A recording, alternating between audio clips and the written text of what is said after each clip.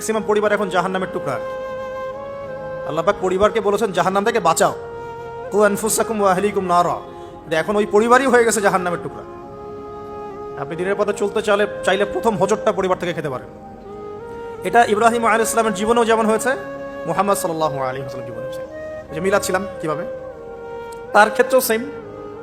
চাচারা শত্রু না, চাচারা শত্রু, আশপাশের মানুষ শত্রু। চাচা এসে বাড়ির সামনে খড়কুটা ফেলে দিয়ে যায়, চাচি এসে ময়লা আবর্জনা ফেলে দিয়ে যায়, কেউ গালি দেয়, কত সমস্যা। যখন নিজের মানুষটা আপনার এগেনস্টে চলে যায় তখন মনটা ভেঙে যাবে, স্বাভাবিক। কারণ নিজের মানুষটা সারা দুনিয়া যদি আপনার বিপক্ষেও থাকে, কাছের কিছু মানুষ আপনার পক্ষে থাকে, তখন আপনি বাসাতে অ্যাটলিস্ট সিংহ, তখন বাসা থেকে এনার্জি নিয়ে বাইরে যুদ্ধ করতে পারবেন। কিন্তু বাহিরে সবাই মোটামুটি ধরেন যে আপনার পজিটিভ, তো বাসায় এসে দেখলেন যে বাসায় আপনার কোনো রকম অনুকূল পরিবেশ নাই, তখন বাইরের সিংহ হলে বাসায় বিড়াল হয়ে থাকতে হবে। দেখেন ইব্রাহিম আলাইহিস সালামের জীবনে আর মুহাম্মদ সাল্লাল্লাহু আলাইহি ওয়াসাল্লামের জীবনে একটা স্পেশাল নিয়ামত ছিল, সেটা হলো স্ত্রীদের নিয়ামত। স্ত্রীদের নিয়ামত। বাহিরে মানুষ অনেক কিছু বলছে, গালিগালাজ করছে, মারছে, কাটছে, থুতু দিচ্ছে, সমালোচনা করছে, কিন্তু বাসায় ইব্রাহিম আলাইহিস সালামের আছেন সারা, হাজেরা, আর মুহাম্মদ সাল্লাল্লাহু আলাইহি ওয়াসাল্লামের আছেন খাদিজা। বাসায় আপনি একটা কি বলবো, যে বড় একটা প্রশান্তির জায়গা আপনার বাসায় আছে। তো এটা একটা বড় নিয়ামত যেটা ইব্রাহিম আলাইহিস সালাম এখন হারালেন কিভাবে? বাবা বাসা থেকে বের করে দিল। এখান থেকে বুঝতে হবে যে দিনের পথে চলতে গেলে প্রথম বাধা পরিবার থেকে আসতে পারে। তাই বলে তাদের সাথে কোনো রকমের দ্বন্দ্ব সংঘাতে যাওয়া যাবে না। সালামুন আলাইক, সালামুন আলাইক, তোমাদের উপর শান্তি বর্ষিত হোক। ইব্রাহিম বলছেন সালামুন আলাইক, হে বাবা আপনার উপর শান্তি বর্ষিত হোক। শুধু তাই না, আরো বলছেন আস্তাগফিরুল্লাহ রব্বি, আমি আপনার জন্য আল্লাহর কাছে ক্ষমা চাইব ইনশাআল্লাহ। ইন্নাহু কানা বি হাফিয়া, তিনি আমার প্রতি খুব মার্সিফুল, আশা করি তিনি আমার দোয়া কবুল করবেন। কিন্তু যখন তিনি জানতে পেরেছিলেন যে তার বাবা শিরকের উপর আছেন, আল্লাহ পাক মাফ করবেন না, সূরা তাওবার মধ্যে আছে, তখন থেকে তিনি আর ক্ষমা চান নাই, বাবার জন্য ক্ষমা চান নাই। এবার ইব্রাহিমের সফর শুরু হলো একাকিত্বের সফর। তার মানে একটা বিষয় এটাও শিখতে হবে, হকপন্থীদের সাথে আল্লাহর দেয়া একটা বিশেষ নিয়ামত হচ্ছে একাকিত্ব। হকপন্থীদের লাইফে আল্লাহ পাকের পক্ষ থেকে একটা বিশেষ অনুগ্রহ হচ্ছে একাকিত্ব। মানে একাকিত্ব কেন নিয়ামত বললাম? কারণ একাকিত্ব মানুষকে আল্লাহ চিনিয়ে দেয়।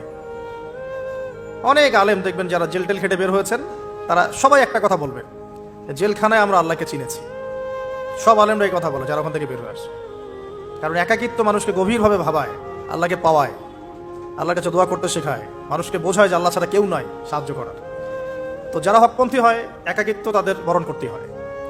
এটা মাথায় রেখে পথ চলতে হবে। ইব্রাহিম আলাইহিস সালাম পথ চলা শুরু করলেন। এবার কি হলো, তিনি কি বাসা থেকে বের হয়ে সেই এলাকা, ওই নমরুদের দেশ ছেড়ে চলে গিয়েছিলেন? উত্তর না, প্রথমে তিনি চলে যান নাই। প্রথমে তিনি ওই সমাজেই থেকেছেন, থেকে দাওয়াত দেওয়ার চেষ্টা করেছেন। তিনি ওই সমাজেই থেকেছেন, থেকে দাওয়াত দেওয়ার চেষ্টা করেন। ঠিক মুহাম্মদ সাল্লাল্লাহু আলাইহি ওয়াসাল্লাম সমাজের মানুষ যখন নির্যাতন নিপীড়ন করছেন, তিনি কি শুরুতেই সমাজ ছেড়ে বের হয়ে চলে গেছেন? না, 13 বছর দাওয়াত দিয়েছেন। কত বছর? 13 বছর। তো ইব্রাহিম আলাইহিস সালাম সমাজের মানুষকে দাওয়াত দেন। কিভাবে দেন? কোরআনে এভাবে ভাষা আসছে। আমি সূরাগুলোর নাম বলে দিই, আপনারা একটু চেক করে নিয়েন। সূরা আম্বিয়ার মধ্যে আসছে, সূরা সফফাতের মধ্যে আসছে, সূরা আনআমের মধ্যে আসছে। তো তিনি দাওয়াত দেন এভাবে যে ওয়াইজ ক্বালা ইব্রাহিম, যখন ইব্রাহিম বললেন লিআবিহি ওয়া কওমিহি, তার বাবাকে এবং তার কওমকে বললেন, মা হাযিহি তামাসিলুল্লাতী আনতুম লাহা আকিফুন, তোমরা এইসব কি মূর্তির উপাসনা করো, এর চারপাশে ঘুরতে থাকো, কি সব করো? তো তারা বলে যে নাহনু বাল ওয়াজাদনা আবাআনা কাযালিকা ইয়াফআলুন, আমরা আমাদের বাপ দাদাদেরকে দেখেছি এইভাবেই করতে। একদম জাহেল, বস্তুবাদী, জানোয়ারের মতো। মানে খাও দাও, সেক্সুয়াল সম্পর্ক, বিয়ে শাদী, সন্তান, এর বাইরে কিচ্ছু চিন্তা করতে পারে না। দুনিয়া আর দুনিয়া, এর বাইরে কিচ্ছু চিন্তা করতে পারে না। ইল্লা মাশাআল্লাহ, কিছু পরিবার আছে এর বাইরে, তাদের কথা আলাদা। সবাই তো আর ছোটবেলা থেকে আধ্যাত্মিক পরিবার পায় নাই, দিনই পরিবার পান নাই, আর এটার পরিমাণ দিন দিন কমেই আসছে। তার রেফারেন্স কিন্তু এটাই ছিল। কোনো দালিলিক জ্ঞানতাত্ত্বিক যুক্তি বিজ্ঞান দর্শন এখানে নাই। দর্শন এখানে কি, ফিলোসফিটা কি, বাপ দাদাদেরকে দেখেছি করছে। তো এটা দিয়ে আবার অনেক সময় বাংলাদেশে আবার একটা ট্রেন্ড চালু করা হয়েছে যে তোমরা দীর্ঘদিন 1200 বছর থেকে যে ইসলামটা ফলো করে আসছো ওটা ভুয়া, আমরা যেটা নতুন মডারেশন দিচ্ছি এটাই সঠিক। এই দলিল সেম না।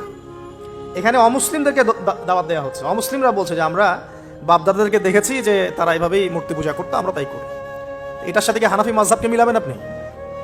হ্যাঁ, হানাফি মাযহাব বাপদাদা থেকে চলে আসছে, ভুয়া নতুন যেটা দিচ্ছি এটাই সঠিক। আস্তাগফিরুল্লাহ। তো আমরা হাত চেঞ্জ করাকে এখন মনে করি হিন্দু থেকে মুসলমান হইলাম মনে হয়, হাত বদল করাটাকে মনে হয় যে হিন্দু থেকে মুসলমান হয়েছি মনে হয়। গভীরে ঢোকেন ওলামায়ে কেরামদের মানে দার্সে গিয়ে বসে গভীরে ঢুকলে বুঝতে পারবেন ইসলামিক স্কুল অফ থটগুলা প্রত্যেকটারই ভিত্তি আছে, এগুলোর গভীর শেকড় আছে, ভিত্তি আছে। আল্লাহ, রাসূল এবং রাসূলের সাহাবীগণ, এই তিনটাকেই মানতে হবে।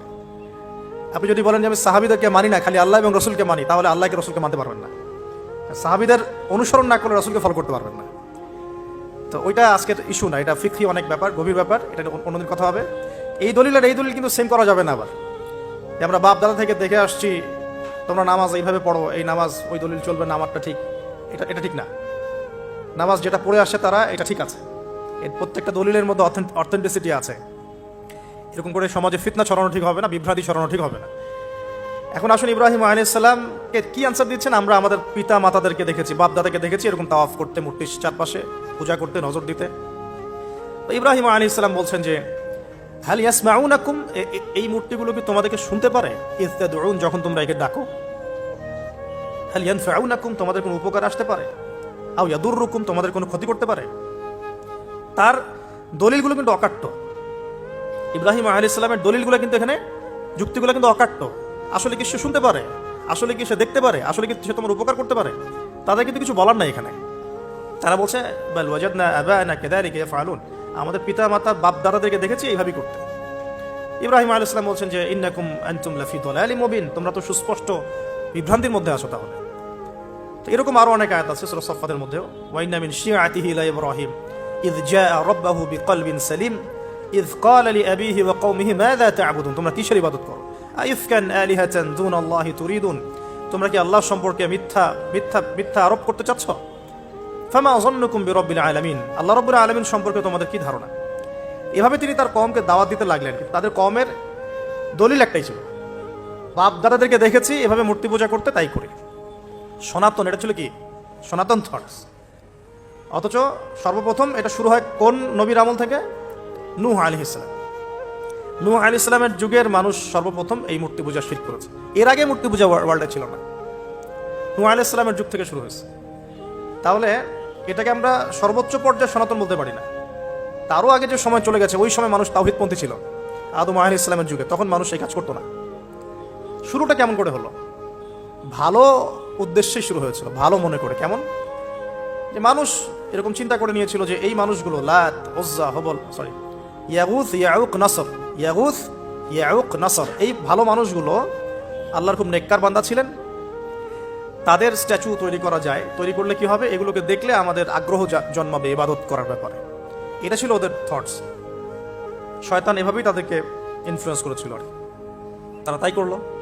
এই জেনারেশনটা যখন মারা গেল, পরের জেনারেশন যখন আসলো, তখন শয়তান ওদেরকে বোঝালো, ধরেন 100-200 বছর পরে বোঝালো যে ওরা খুব ভালো মানুষ ছিল, ওদের মূর্তিকে মসজিদের বাইরে না রেখে ভিতরে ঢুকিয়ে ফেলো, তাদেরকে সিজদা করতে হবে না, ভিতরে ঢুকিয়ে ফেলো, ইবাদতে মনোযোগ আসবে। পরের জেনারেশন এই কাজটাই করলো। থার্ড জেনারেশনকে শয়তান বোঝালো যে সরাসরি ওদের কাছে চাইলেই হবে, তারা আল্লাহ পাকের অনেক মানে কি আনুগত্য প্রাপ্ত, নৈকট্য প্রাপ্ত বান্দা, সরাসরি তাদের কাছে চাইলেই হবে। আল্লাহর কাছে চাওয়া, এখানে চাওয়া একই কথা, ওখানে সিজদা করা, এখানে সিজদা করা একই কথা। এখান থেকে শুরু হলো সরাসরি স্ট্যাচু ওয়ার্শিপ। সরাসরি স্ট্যাচু ওয়ার্শিপিং এখান থেকে শুরু হয়েছে। তো আমরা আমাদের হিন্দু ভাই বোন যারা আছেন, আমাদের আশপাশে অমুসলিম ভাই বোন, তাদের প্রতি সম্মান রেখেই এই হিস্ট্রিগুলো পড়তে বলবো আর কি, এবং যুক্তি দর্শনগুলো খুঁজতে বলবো। আসলে কি তারা শুনতে পায়? আসলে কি সে আমার কোনো উপকার করতে পারে? আসলে কি সে আমার কোনো ক্ষতি করতে পারে? আসলে কি সে সৃষ্টিকর্তার প্রতিমূর্তি হতে পারে কিনা? তো আমরা এটা আহ্বান জানাবো, আমরা কারো ধর্মীয় অনুভূতিতে আঘাত করব না। ইসলাম আমাদেরকে এটা শেখায় না। ইসলাম এটা শেখায় যে মানুষকে হিকমার সাথে, প্রজ্ঞার সাথে দাওয়াত দেয়া, যাতে করে তারা জাহান্নামের রাস্তা থেকে ফিরে আসতে পারে ইনশাআল্লাহ।